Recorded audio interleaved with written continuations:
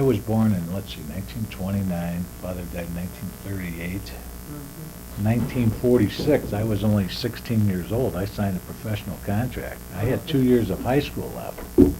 Oh, wow. I had 2 more years of high school. Where was this, in Ohio? Cincinnati. Cincinnati, yeah. Cincinnati, my hometown. And I signed with the Reds, Cincinnati. Mm-hmm. And the first year I went to spring training in Remember who signed you? Warren Giles. No kidding. Yeah, Warren Giles was my general man. Was the general manager at that time, and says 17 years old at the time. I thought I was still 16. I know I was 17 when the season started. This was like in February of 1946. The first year I pitched at Middletown, Ohio, in the Ohio State League, Mm-hmm. and I was probably the wildest guy, and the fastest guy in the league, but also the wildest guy in the league. And back in those days, relief pitching was not an art. Relief pitching was for guys that were either over the hill or the game was won or lost big. Yeah. That's what relief pitching was then. In fact, when I pitched in the Pony League, one of the top relief pitchers ever was the guy that pitched for was Bradford. Right face. Right face, right. That's when it started to be an art after that time. But second year, I went to Tyler, Texas. I was down in spring training with Columbia, and they sent me to Tyler. I got to write up in there about that. And the guy we had, you remember a guy? In fact, he managed in the Pony League. I think he managed here. Eddie Lyons. You remember Eddie Lyons? Eddie Lyons was a big bonus pitcher with the Reds. A pitcher hit a grand slam home run off of Eddie Lyons.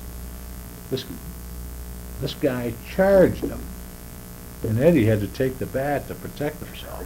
Next week he went someplace and I went to Lockport. Yeah. And Lockport, that's the best year I had in baseball. In 47 with Lockport.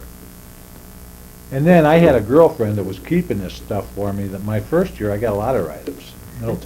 In 47 I kept myself, and then after that, the thing I kept was here locally, but not too much. I never did that much with Jamestown, really. I mean, I didn't pitch that. I pitched some of 48 and 49 with. How did you get from Lockport?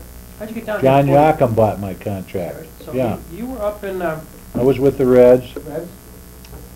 And I had a good year in 40. Then in 48, I went to where was it? I went to Sunbury in the Interstate League, and they sent me to Lockport, and John Yocum bought my contract, and that's when he brought me in 48. Lockport won the pennant in 48. Was that right? And we ended up second. Uh-huh. He pitched this no-hit game. Mm-hmm. Actually, it was a one-hit game. And there's guys that'll tell you this. He was a hell of a pitcher. This guy hit a short pop fly to left center field for the opposing team. And the shortstop went back. And normally the ball will bounce further in I think it was Mike Kemp. I'm not sure if it was Kemp. Yeah, it's a shortstop. The ball bounced right into his club, and evidently the umpire or whoever didn't see it. He spun around, throw the ball back in the second, and the umpire wheels him out. And he got credit for a no-hit game. That's the truth. That was interesting. So was that a controversy after that game? No, not at all. In fact, the people in the first base, I think we were on the third base side in the dugout. We saw it.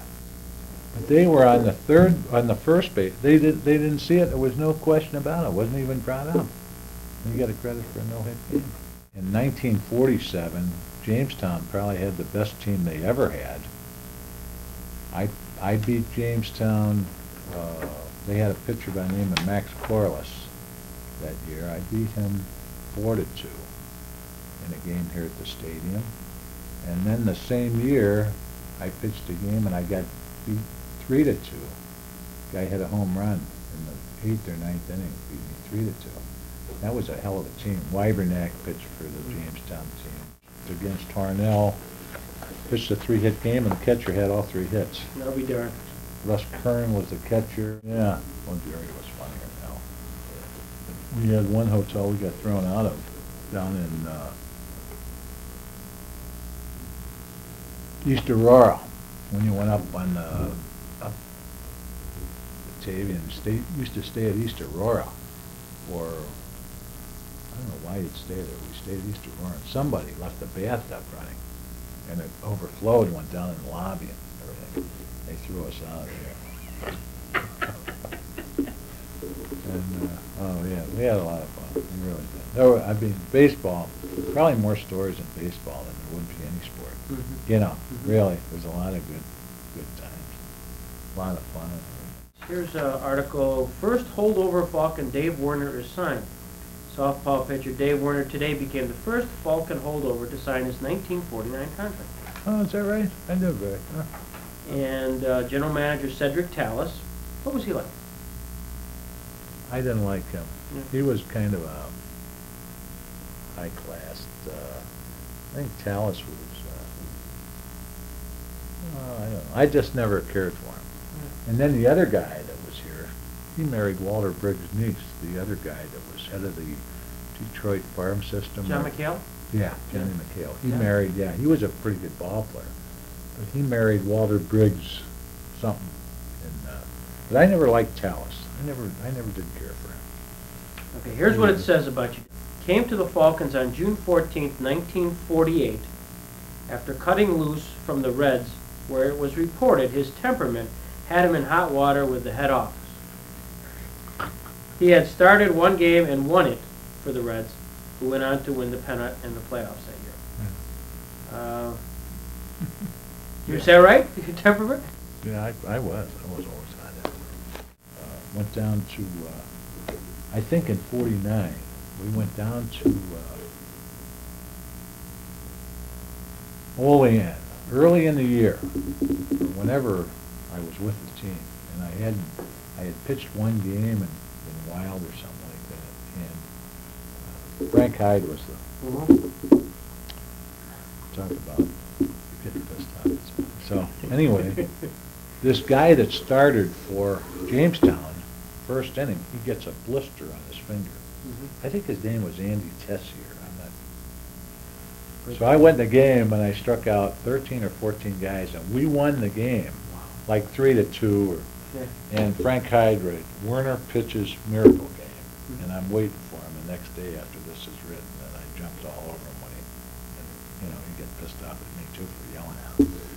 But miracle game. One game I get knocked out of the box, and you're saying I pitched a miracle game. So, but that's the way I was. I didn't like what somebody said, I'd tell them. That's right. In Jamestown, Dave, where did you stay? I lived on Faulkner Street the one year. I think both of them. 86 Faulkner Street, right up near. In fact, I went by there today. Just below Windsor. Just on the other side, on the right-hand side, going down. Did you stay with $7 someone? a week. No, yeah, I had a room, $7 a week. See, when you're at home, you pay all your expenses. When you're on the road, they give you like $3 a day meal money. Right. But for $3, you could eat pretty good in those days. Yeah. You know, you'd do it. Where did you guys hang out? We ate at the Ritz a lot. Remember the Ritz? Remember? And there were a lot of places we hang out. And if you lost, you'd hear about it. You know. And, I don't know. Humidor, was that a spot? Yeah, Humidor, and Canal Crossing, is that a? then and then the guy had the sporting goods shop around there a little bit. You know, what's his name? Collins, Louis Collins Sports Shop. It was on 3rd Street. And of course, you go to movies, you go to the theater a lot, and Christ, there's a lot of things. But like I say, that's would be 50 years ago. Yeah, right. A long It's time. impossible.